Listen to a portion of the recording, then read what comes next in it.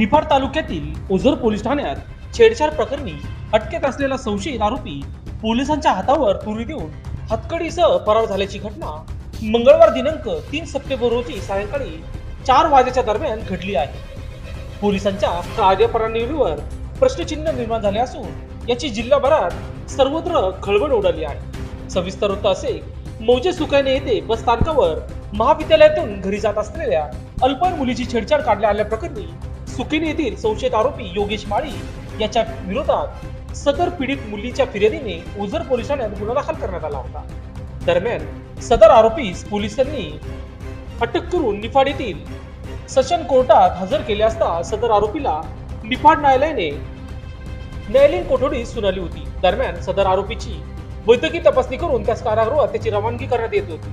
मात्र सदर आरोपीने लघुशंकेचा बनाव करत पोलिसांच्या हातावर तुरी देत